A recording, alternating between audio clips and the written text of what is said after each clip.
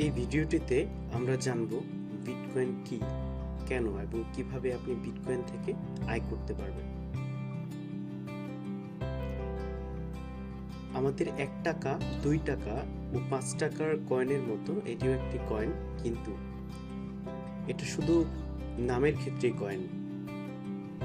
এই কয়েনটি ফিজিক্যালি দেখা যায় না, ধরা যায় না, ছোঁয়া যায় না, বা আপনার ওয়ালেটে বা পকেটেও রাখা যায় না।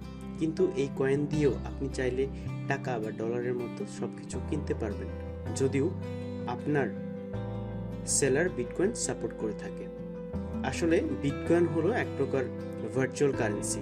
এটি আমাদের সাধারণ টাকার বা ডলারের মতো নয়।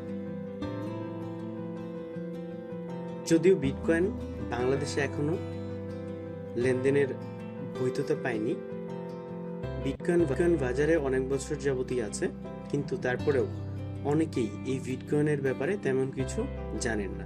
তাই তাদেরকে বিটকয়েনের ব্যাপারে একটি পরিষ্কার ধারণা দিতেই আমাদের আজকের এই ভিডিওটি।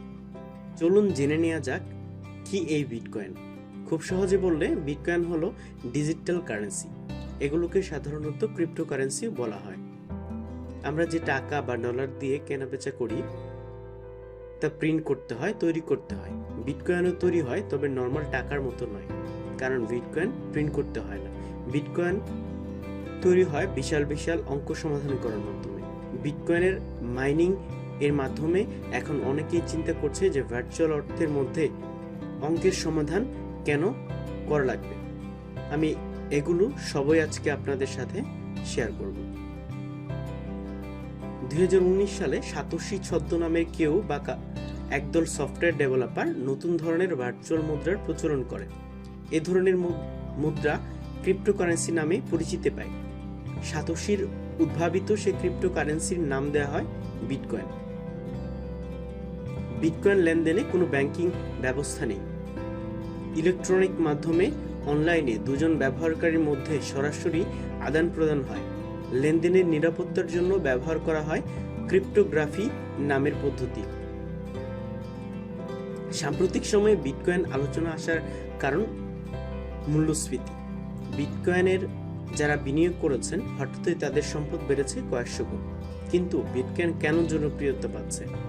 নিজের পরিচয় প্রকাশ না করেই এতে লেনদেন করা যায়। অন্যদিকে লেনদেনের ব্যয় খুব কম। তবে সবচেয়ে বড় কারণ হলো বিটকয়েনে বিনিয়োগ করলে কয়েক গুণ লাভ হবে, এমন একটা ধারণা অনেকের মধ্যে তৈরি হয়েছে। চলুন জেনে নেওয়া যাক বিটকয়েন কিভাবে তৈরি হয়। বিটকয়েন কিভাবে তৈরি হয় সেটা বোঝার জন্য আগে বুঝতে হবে বিটকয়েন আসলে কিভাবে স্টোর করা হয়। প্রতিটি বিটকয়েনের একটি করে ব্লকচেইন থাকে। এর ব্লকচেইন 3টি পার্ট আছে। একটি হলো বিটকয়েনের গোপন সংখ্যা, আরেকটি পার্ট হলো কে বিটকয়েনটি কার থেকে কার কাছে বিক্রি করছে, এবং লাস্ট পার্টটি হলো একটি প্রাইভেট লগ ফাইল। এই লগ ফাইল দিয়ে বিটকয়েনের আদান প্রদান ভেরিফাই করা হয়। যখন কেউ নিজের ওয়ালেট থেকে আরেকজনের ওয়ালেটে বিটকয়েন পাঠায়, তখন বিটকয়েন নেটওয়ার্ক কে কাকে বিটকয়েন পাঠালো তার সবকিছু নিজের সার্ভারে জমা রাখে। কিন্তু যদি সিকিউরিটি ছাড়া এভাবে বিটকয়েন ট্রান্সফার করা হয়, তাহলে যে কেউ বিটকয়েনের দিয়ে জালিয়াতি করতে পারবে। তাই এই সমস্যার সমাধান হিসেবে যখনই কেউ কোনো বিটকয়েন আদান প্রদান করে, তখনই সে বিটকয়েনটি আসল কিনা তা ভেরিফাই করতে হয়, এবং এই ভেরিফাই করার কাজটি করে বিটকয়েনের মাইনাররা। বিটকয়েন যখন আদান প্রদান হয় তখন তা ব্লকচেইন এ গিয়ে যোগ হয়। আগেই বলেছি। তো এই আদান প্রদানটি বৈধ কিনা তা যাচাই করার জন্য ব্লকচেইনের শেষে একটি হ্যাশ এর দরকার পড়ে। এই হ্যাশ ছাড়া বিটকয়েনের আদান প্রদান সম্ভব হয় না। তাই যখনই কেউ কাকে বিটকয়েন পাঠায়, তখন বিটকয়েন মাইনাররা নিজেদের শক্তিশালী কম্পিউটার ব্যবহার করে হ্যাশ তৈরি করে। আর এই হ্যাশ তৈরি করতে অনেকগুলো তথ্যের প্রয়োজন হয়, যেমন কে বিটকয়েন পাঠালো, কার কাছে বিটকয়েন গেল, এবং এই ব্লকচেইনের আগের হ্যাশটিরও প্রয়োজন পড়ে। এবং এই হ্যাশ তৈরি করতে যে ডাটাগুলো ব্যবহার করা হয় তার একটি সংখ্যা বা অক্ষর পরিবর্তন হলেই পুরো হ্যাশ পরিবর্তিত হয়ে যায়। তাই কেউ যদি এই হ্যাশ পরিবর্তন করে বিটকয়েন জালিয়াতি করতে যায়, সাথে সাথে সে ধরা পড়ে যাবে, কারণ প্রতিটি বিটকয়েনের আগের হ্যাশ থাকে। তাই কেউ জালিয়াতি করে বিটকয়েন তৈরি করতে পারবে না। চলুন এবার জেনে নিই যে নতুন বিটকয়েনগুলো কিভাবে তৈরি হয়। আমি আগেই বলেছি বিটকয়েনের মাইনাররা তাদের কম্পিউটার ব্যবহার করে বিটকয়েন আদান প্রদানের জন্য হ্যাশ তৈরি করে, এবং এই হ্যাশ তৈরি করতে অনেক প্রসেসিং পাওয়ার দরকার পড়ে, কারণ এই হ্যাশকে নির্দিষ্ট ফরম্যাটে হতে হয়, এবং এই হ্যাশ তৈরি করতে যে ডাটাগুলো লাগে তার মধ্যে একটি ডাটা আছে যেটি কম্পিউটারকে নিজে থেকে দিতে হয়। এবং যেহেতু নতুন হ্যাশ পুরো তৈরি না করে বোঝা যায় না হ্যাশটি ঠিক হয়েছে কিনা, তাই বিটকয়েন মাইনারদের কম্পিউটার 1 সেকেন্ডে হাজার হ্যাশ তৈরি করতে থাকে এবং দেখতে থাকে এই হ্যাশটি বিটকয়েনের নেটওয়ার্কের প্রয়োজন মতো হয়েছে কিনা, এবং এই হ্যাশ বিটকয়েনের নিয়মে মানে কিনা। যদি মানে তাহলে এই হ্যাশ গ্রহণ করা হয় এবং এর উপহার হিসেবে মাইনারকে কিছু পরিমাণ বিটকয়েন দেওয়া হয়।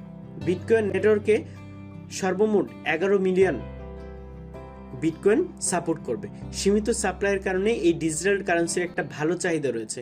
প্রতি 10 মিনিটে নতুন বিটকয়েন তার সিস্টেমে যোগ হয়, যেটা মাইনারদেরকে পুরস্কার হিসেবে দেওয়া হয়, এবং এই পুরস্কার বা রিওয়ার্ডের পরিমাণ আনুমানিক প্রতি 4 বছর পর অর্ধেক হয়ে যায়। শুরুতে প্রতি 10 মিনিটে 50টি নতুন বিটকয়েন নেটওয়ার্কে যোগ হতো। চলুন জেনে নেওয়া যাক বিটকয়েন মাইনিং সম্পর্কে।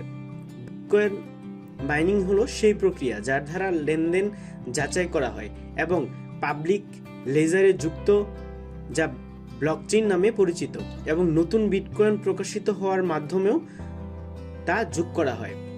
যে কোনো কেউ ইন্টারনেটে উপযুক্ত হার্ডওয়্যারের মাধ্যমে মাইনিংয়ে অংশগ্রহণ করতে পারে। মাইনিং প্রক্রিয়ার ব্লকে সর্বশেষ লেনদেন কম্পাইলিং করা হয় কঠিন কোনো পাজলের মাধ্যমে। অংশগ্রহণকারী পাজল সমাধান করলে পরবর্তী ব্লকে যায় এবং পুরস্কার দাবি জানাতে পারে। এছাড়াও আরও একটি কারণ বিটকয়েনের আগ্রহ বাড়ছে, তা হলো অতি সম্প্রতি বিটকয়েনের মূল্য আকাশচুম্বী হয়ে যাচ্ছে। এবার জেনে নিই বিটকয়েনের মাইনার কারা। আপনি নিজেও বিটকয়েনের মাইনার হতে। সর্বপ্রথম যখন বিটকয়েন মাইন করা হয়েছিল তখন খুব কম ক্ষমতা সম্পন্ন একটি কম্পিউটার দিয়ে তা করা হয়েছিল, কিন্তু যত বেশি বিটকয়েন মাইন করা হচ্ছে বিটকয়েন মাইনিং তত বেশি কঠিন হয়ে যাচ্ছে, কারণ তখন হ্যাশগুলো তৈরি করা আরো বেশি কঠিন হয়ে পড়ছে। তাই আগে একটি ল্যাপটপ দিয়ে মাইন করা গেলেও এখন অনেক ক্ষমতা সম্পন্ন কম্পিউটার লাগে, এবং প্রসেসরের চেয়ে গ্রাফিক্স কার্ড এই কাজ ভালো করতে পারে। এখন সাধারণত গ্রাফিক্স কার্ড ব্যবহার করে বিটকয়েন মাইন করা হয়। আপনারা যদি বিটকয়েন মাইন করে বিটকয়েন আয় করতে চান তবে আমাকে কমেন্ট করে জানান, তাহলে আমি কিভাবে বিটকয়েন মাইনিং করতে হয় সেটা নিয়ে আরও একটা লম্বা ভিডিও বানাবো। যদিও এখন আপনার বাসার পিসি বা ল্যাপটপ দিয়ে বিটকয়েন মাইন করা সম্ভব নয়, এর জন্য এন্টারপ্রাইজ লেভেলের হার্ডওয়্যার দরকার। এবার বিটকয়েনের সিকিউরিটি সম্বন্ধে আমরা জানব।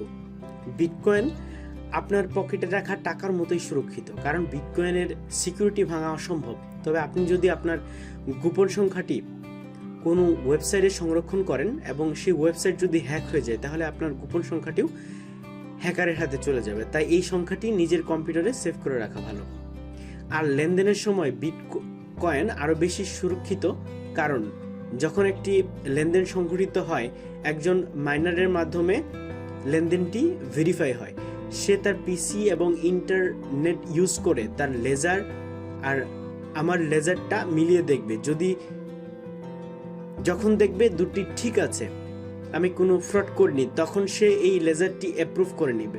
একে বলা হয় কনফার্মেশন। এভাবে অন্তত 6টি কনফার্মেশনের পর লেনদেনটিকে বৈধ হিসেবে ধরা হবে।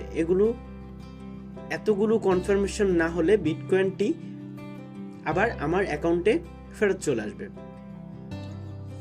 বিটকয়েন কে নিয়ন্ত্রণ করে? বিটকয়েন কেউ নিয়ন্ত্রণ করে না। যিনি বিটকয়েন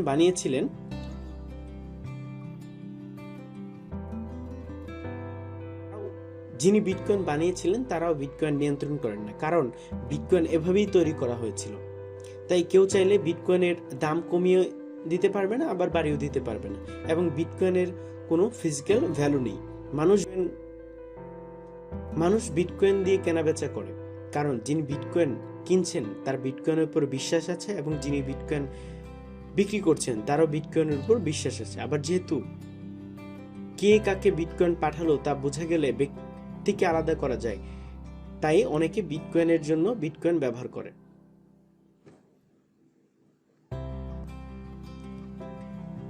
ভিডিওটি শেষ পর্যন্ত দেখার জন্য আপনাকে অসংখ্য ধন্যবাদ। আশা করি বিটকয়েন সম্পর্কে আপনার এতক্ষণ ভালো একটা ধারণা হয়েছে। তারপরেও যদি কোনো বিষয়ে না বুঝে থাকেন, কোনো প্রশ্ন থাকে, তাহলে অবশ্যই কমেন্টে জানাবেন, আমি আপনাদেরকে তা বুঝিয়ে দেওয়ার চেষ্টা করব।